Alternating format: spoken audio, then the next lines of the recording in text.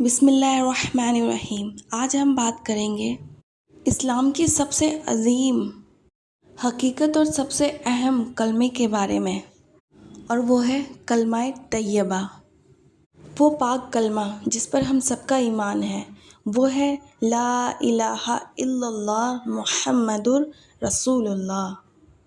اس کے معنی ہیں کہ اللہ کے سوا کوئی معبود نہیں اور حضرت محمد مصطفیٰ صلی اللہ علیہ وسلم اللہ کے رسول ہیں۔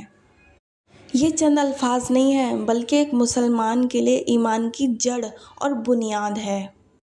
اس پاک کلمے کے دو بنیادی حصے ہیں جس میں ہمارا پورا عقیدہ شامل ہو جاتا ہے۔ پہلا حصہ ہے لا الہ الا اللہ۔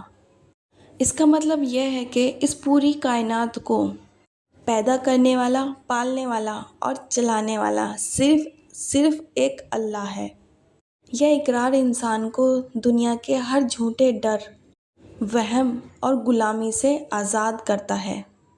جب ہم یہ مان لیتے ہیں کہ اللہ کے سوا کوئی عبادت کے لائق نہیں، تو ہمارا یہ پکا یقین ہو جاتا ہے کہ نفع اور نقصان صرف اور صرف اللہ کے ہاتھ میں ہے۔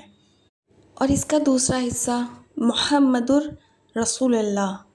اس کا مطلب یہ ہے کہ اللہ کی بندگی کرنے کا اور زندگی گزارنے کا صحیح طریقہ صرف وہی ہے جو ہمارے پیارے نبی محمد مصطفیٰ صلی اللہ علیہ وسلم نے ہمیں سکھایا ہے۔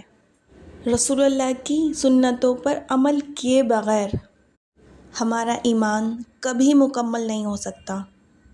ہمارے پیارے نبی صلی اللہ علیہ وسلم نے ارشاد فرمایا، جس شخص کا آخری کلام لا الہ الا اللہ ہوگا وہ جنت میں داخل ہوگا۔ سچے دل سے اس کلمے کا اقرار کرنے سے انسان کے پچھلے گناہ معاف کر دیے جائیں گے۔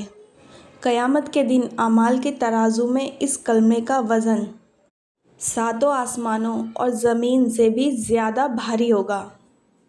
یہ کلمہ کائنات کی سب سے بڑی سچائی ہے۔ کلمہ پڑھنے کا مطلب صرف زبان سے دہرانا نہیں بلکہ اپنے عمل سے ثابت کرنا ہے۔ اگر ہم سچے دل سے اس کلمے کو پڑھتے ہیں تو اللہ تعالیٰ ہماری مغفرت کر دیتا ہے۔